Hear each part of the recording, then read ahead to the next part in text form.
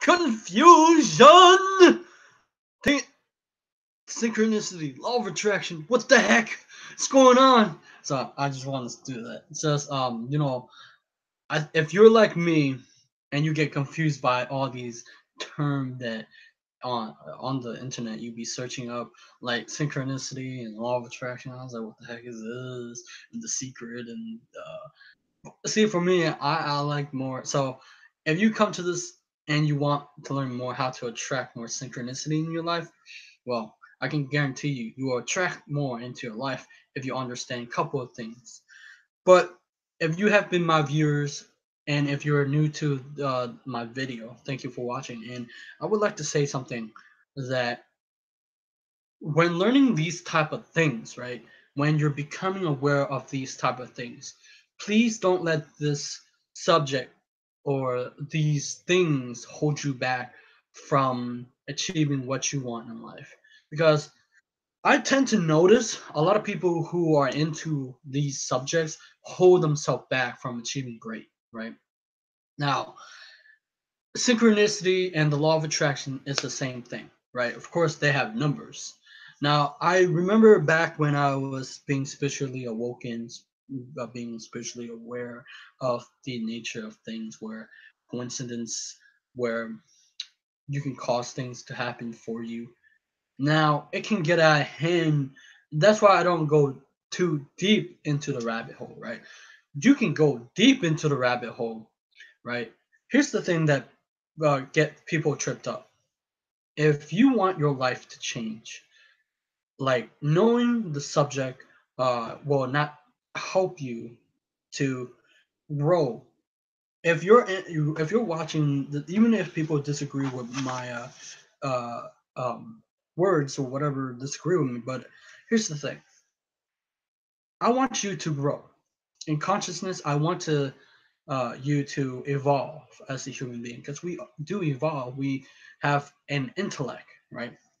So now there's this thing where we now I feel like when we get into this subject synchronicity, law of attraction, now most of the world deify, right, the left hemisphere. Now when you go into the law of attraction, now we deify the right hemisphere for some odd reason, because we're trying to like freaking do the extremes, right? But matter of fact, we use both of them. We can use both of these brains. So there's time that you need to be detailed. There are time to be right brain and daydream, imagination, and music. There are time for that. But you need to alchemate. You need to become an alchemy to mix it and make it into a whole. Because I think people get like too far out, like too many. But it's about like being practical but being spiritual at the same time, right? And sometimes people get this tripped up. Now, here's the thing: that if you want to attract more synchronicity, I remember I was listening to Frank Joseph. You know, I have his book on synchronicity, and he talked about you got to be interested in a subject, right? Whatever you're studying, whatever it is, you got to be intensely interested. I mean, it's gonna raise your vibration. Now, people get okay. So I wanted to explain in my video like this, right? People who get into the subject, do you know what? Do you understand why there are people who know about synchronicity, but also somehow are bigger on YouTube? Because they understand something. They probably study online marketing, YouTube marketing, or marketing and selling. Because they understand that in order to sell their products and services, they need to understand marketing and other funnel to get you into their products and services. Now, here's the thing that get me tripped up. If you come here, it's like this. It's the same thing I see everywhere, every subject, everything, right? I see it a lot. That I see that from this point of view, I see it from an angle, right? And I see it.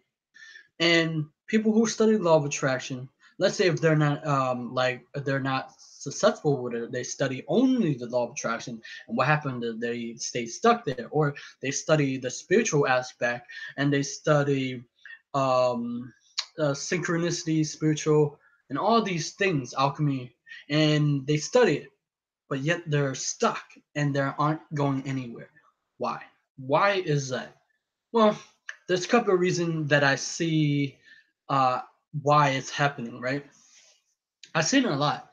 I see people who study the law of attraction synchronicity are just studying them. I remember I keep telling the story. Remember I had this one subscriber.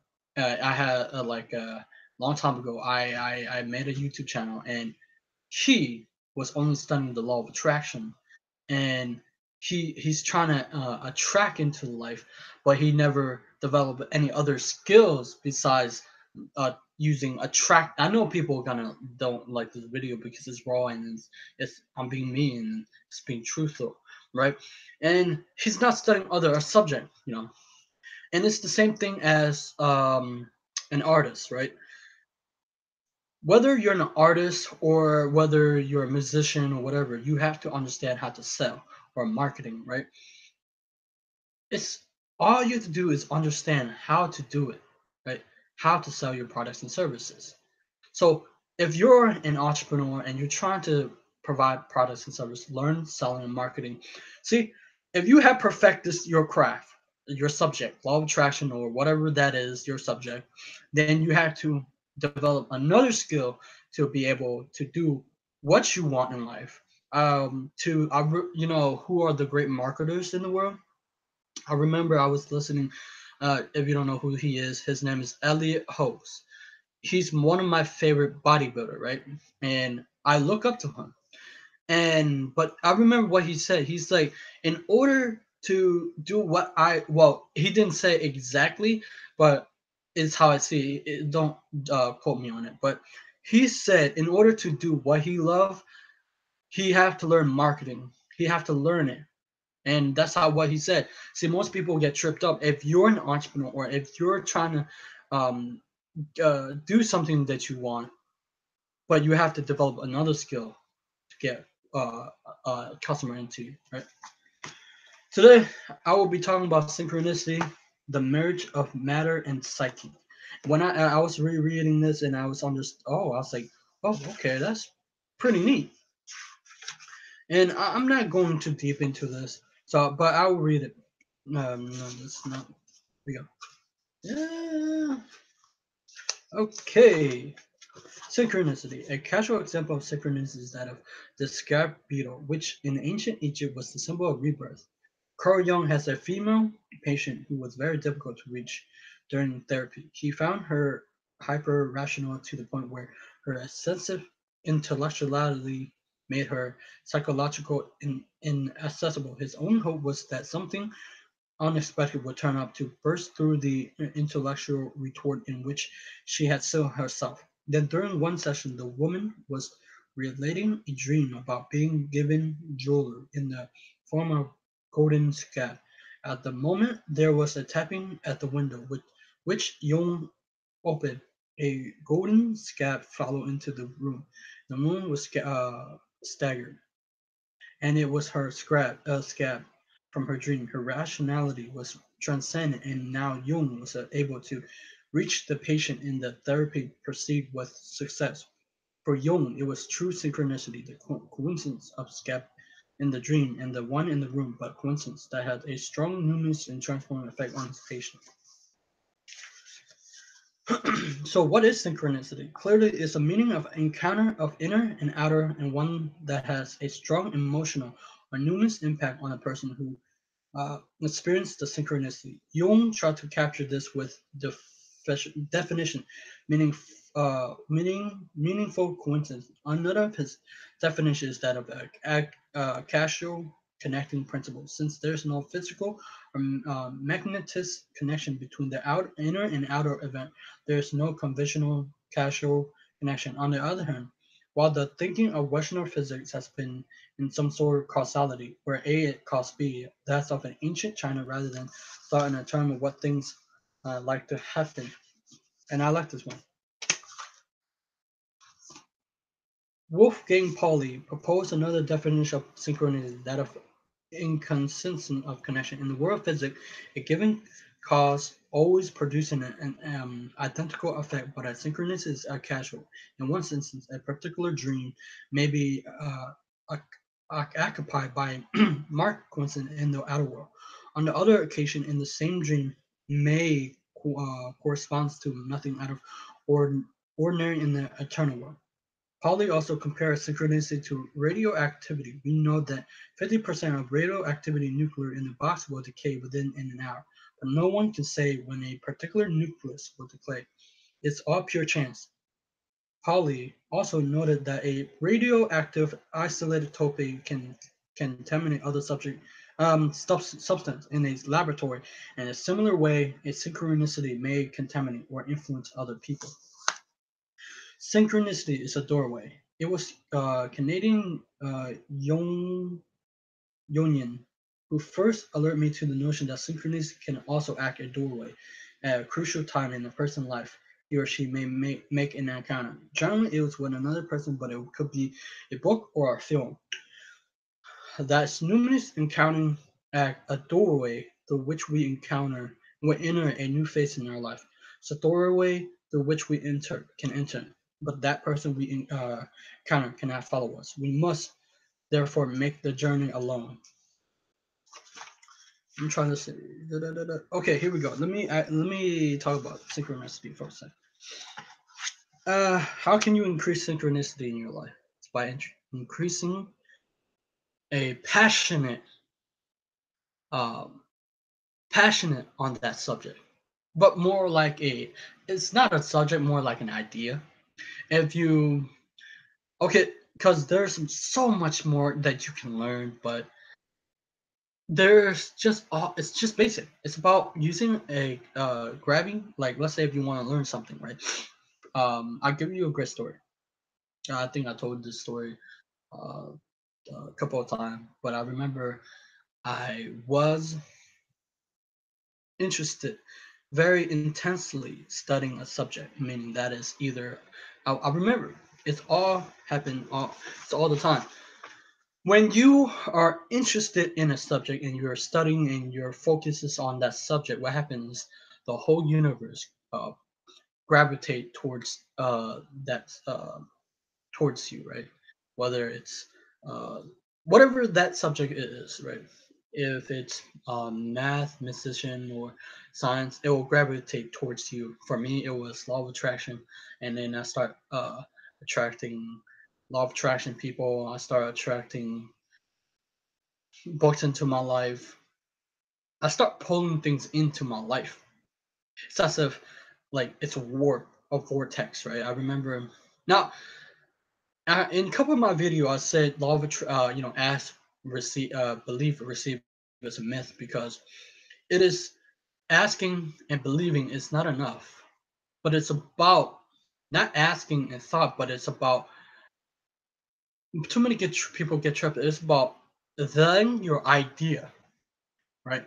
Soak into your subconscious mind. It's so you gotta like affirm it to be true. That's why where you say it's belief, meaning that you believe it with cold. It's like you don't need to. You don't need to to think about it all the time. You believe it in your heart, it will come. Why is that?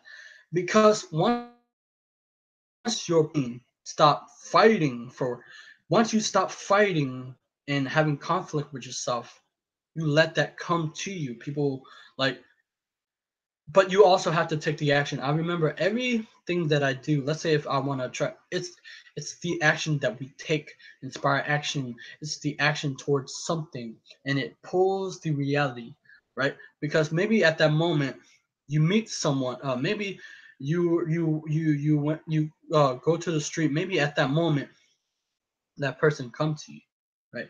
But if you didn't take the inspire action or you didn't take the action, then you miss that chance of opportunity. You miss that chance of attraction.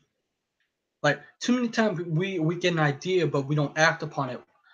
It could be a time dated event, but it's also we put too much deadline and For me, I believe that I'm going to get what I want 100% because I have a focus and I have an interest in what I so and I become a vortex. So what is this is if you have an idea, right? If you have an idea that you want, you have to be able to take that idea, examine it, really want, and then when you know that that's what you want, then you have to plant it in the subconscious mind, right? The subconscious mind is it's a garden. You have to water every single day, meaning you have to believe it, and you have to take daily action towards whatever it is. Okay, so let me tell you a story. Two. I remember I was interested in studying law of attractions, and I was going to a secondhand bookstore. I think I told this in my, and I remember, um, I was buying the book, and then I got out of the secondhand store, and I was waiting for the bus, and I have couple of cents left, right? But for some odd reason, my intuition wanted me to go in to buy another book. So I went in to the secondhand bookstore and I stepped in the entrance and my head just turned and I saw the book Dynamic Law of Vacuum by Catherine Ponder and it attracted me. And it's also the same thing as the subconscious mind, the power of the subconscious mind. I remember I went to a secondhand store and because the lady brought us there, I was with my brother, and we went to the store.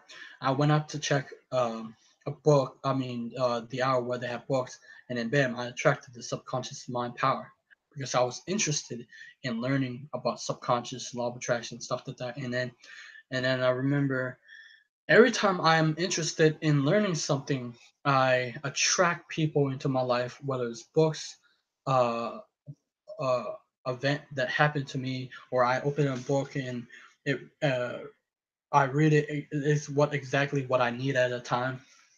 And it's the same thing when I was studying business, online marketing and selling.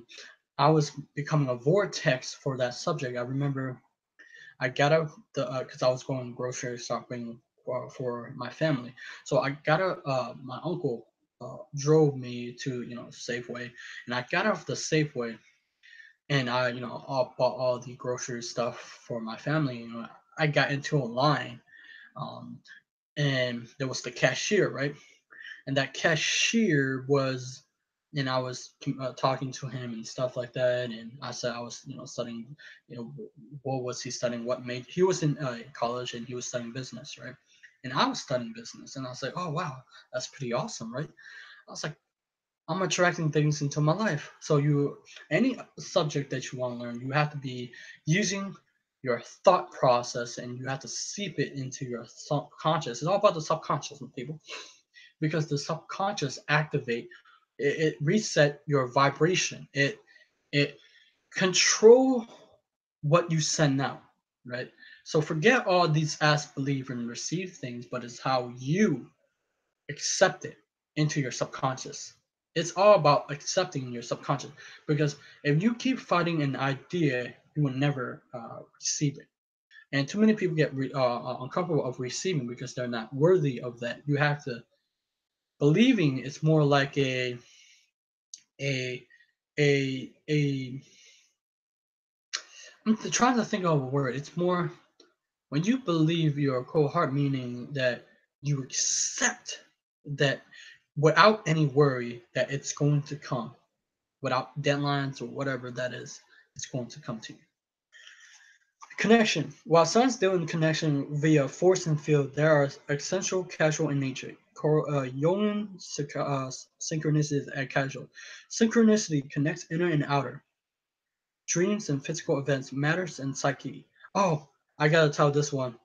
Without any mechanical cause event involved. Some thinkers have proposed other form of connection, while not suggesting that any of them could be used to explain a synchronicity interested in exploring their merits, nature, and open up the whole concept of connection. So let me bring you to a story that hold on.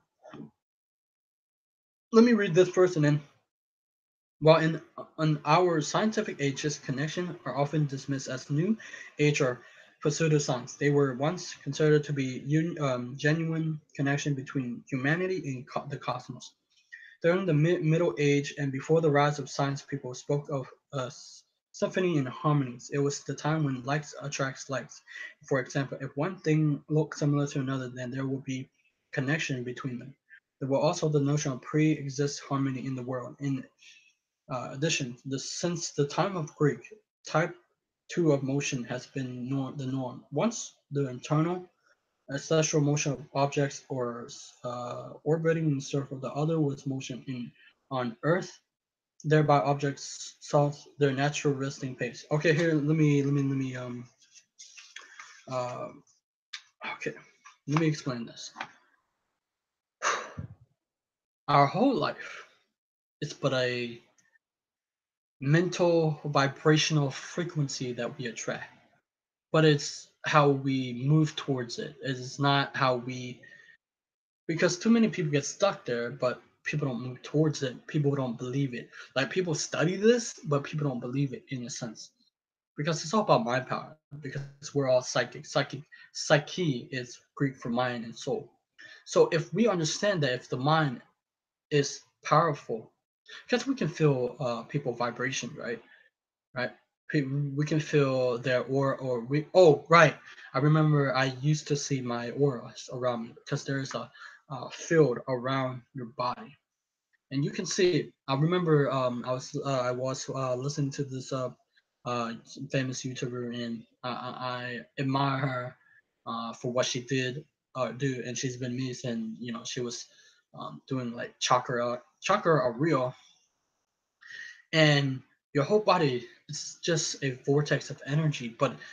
It's but the thing that made me kind of pissed is that people only study what they want to study, but they're so comfortable of studying that subject, and then in order to succeed you have to study another subject which make you more greatly more influential, meaning you get more impact, you change people's life, or you change something of that nature. Because the subconscious, it's all about the subconscious. Because I remember I didn't want to I remember it was the summer, right? I didn't want to go to the the Six Flags or something, and if my friend hear that, it's just because I'm introverted. But he we so I remember he went to my house, and then I was sleeping, but I was dreaming about an alien head, right? And I was like, why is there an alien head? So we went to the Six Flags, and we went to ride, and there was an alien head, like a freaking, it was there. I think it's between the it's the psychic realm, the spiritual realm, the mental realm, the connection between the physical realm.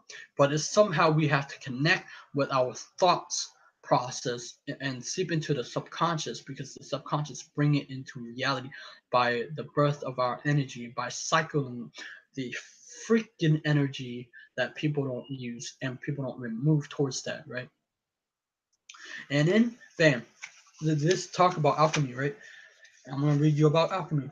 If there comes something of a shock when we learn that Newton himself was an alchemist, one who spent days locked in his laboratory in order to conduct his alchemical experience. Newton knew that chemical compounds, just as common salt, can be broken down into their component elements, in this case, sodium and chlorine. But Newton believed he could go farther and discover a universal solvent, one that would dissolve the chemical elements themselves into underlining one codelic matter. Indeed, it was Newton's plan to uh, publish his alchemical research together with his famous laws of motion, but in the end, he gave in to pressure to publish his result in mechanics, and so his principle came out without any reference to alchemy.